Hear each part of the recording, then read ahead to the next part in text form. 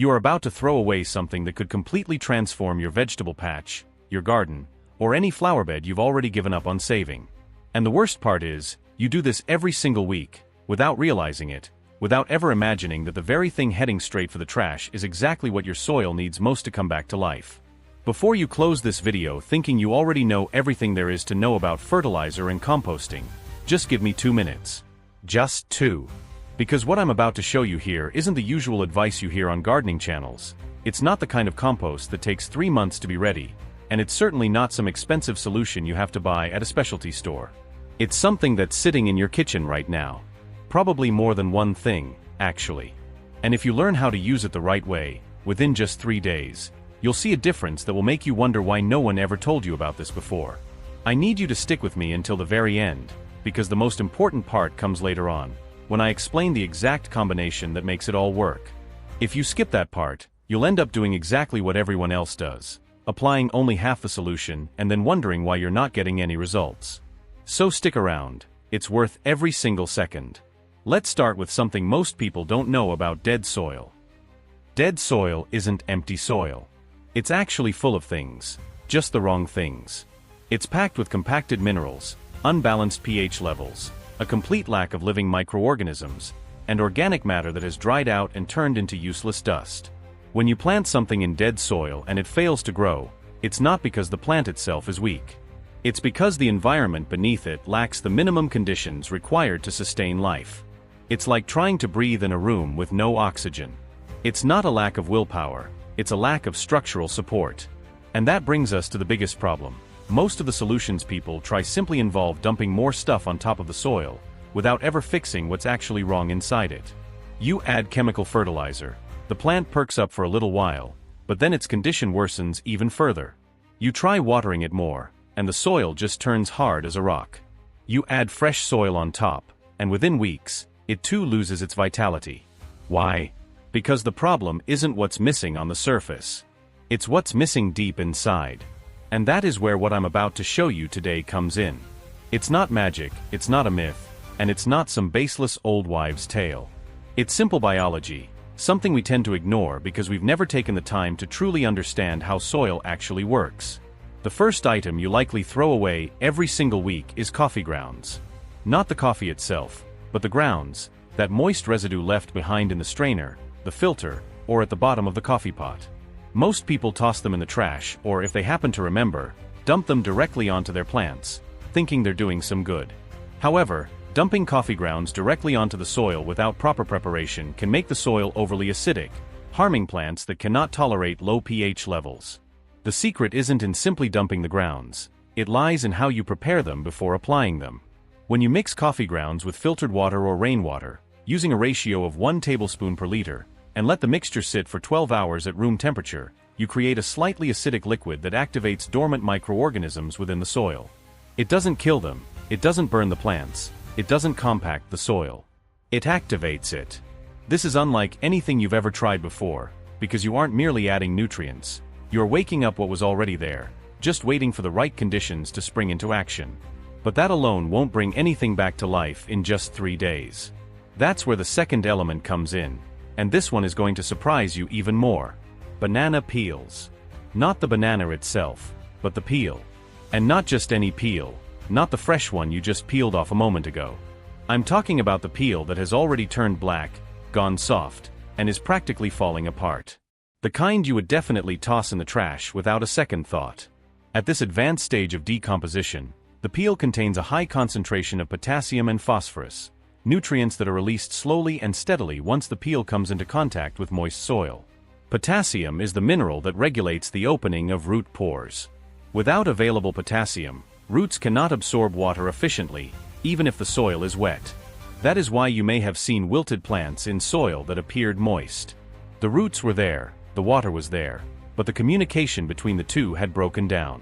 Blackened banana peels, when mixed with a coffee ground solution and applied directly to the base of the plant, create a slow-release layer that begins replenishing this potassium within the first 24 hours. Now pay close attention to what I'm about to say, because here lies the climax of it all. The third element that most people are completely unaware of, the very thing that ties it all together and makes the process work in 3 days instead of 3 weeks. Eggshells. But not dried, whole eggshells, the way most people use them. Rather, eggshells fermented in white vinegar.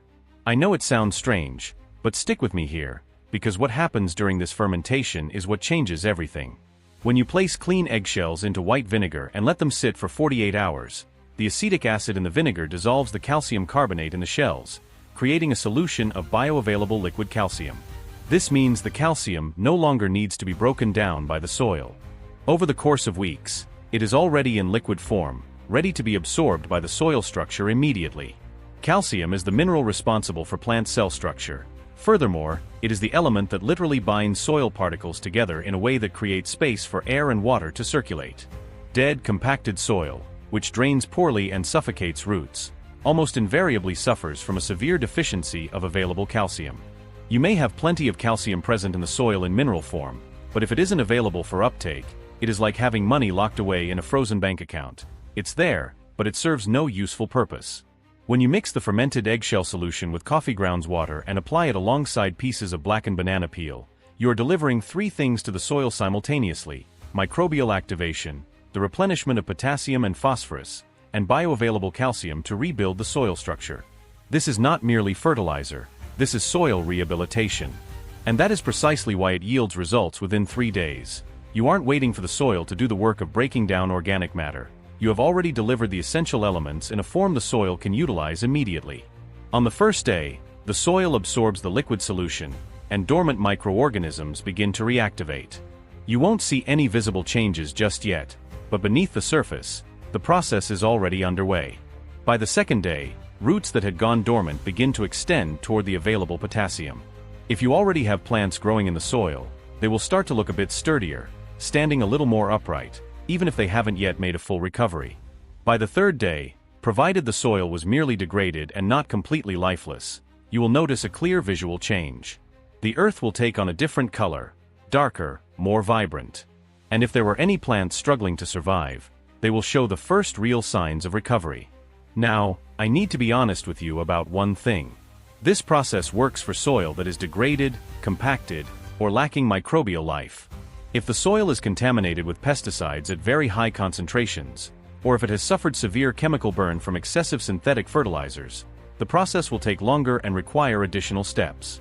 But for ordinary soil that has been poorly managed, allowed to dry out excessively, stripped of its organic layer over time, or simply never properly cared for, this combination works in a way that will truly surprise you. And there is one more thing I want to show you that can supercharge this entire process. If you have access to dried leaves, especially leaves from fruit trees, simply crush them coarsely and mix them in with everything else before applying. Dried leaves introduce carbon into the process, which acts as the fuel that microorganisms use to multiply more rapidly. Carbon, combined with activated microorganisms and available calcium, constitutes the very formula nature employs in forests, a formula we spent years attempting to replace with industrial products. You don't need to replace nature, you need to emulate it. I want you to conduct a test sometime this week. Choose a garden bed or a pot that you had previously written off as a lost cause. That soil that looks gray, dry, and hard. Soil that seems incapable of sustaining anything. Apply this combination exactly as I've described, and then tell me in the comments what happened by the third day. I want to read every single report, because every soil is unique, every climate is different, and the results people share here help me continue producing this type of content with greater detail, precision, and relevance to the specific realities of those watching.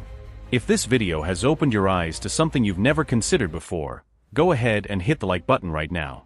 Not because I need the numbers, but because the algorithm uses this to show this content to other people whose gardens are struggling, and who don't know why. You'll be helping someone you don't even know save a garden they're on the verge of giving up on. And if you haven't subscribed to the channel yet, do it right now, because every week I share a solution just like this one. Practical, straight to the point, and based on how nature actually works. Next week, I'll show you what to do once your soil is alive again, so you never have to reach this level of degradation ever again. You won't want to miss it.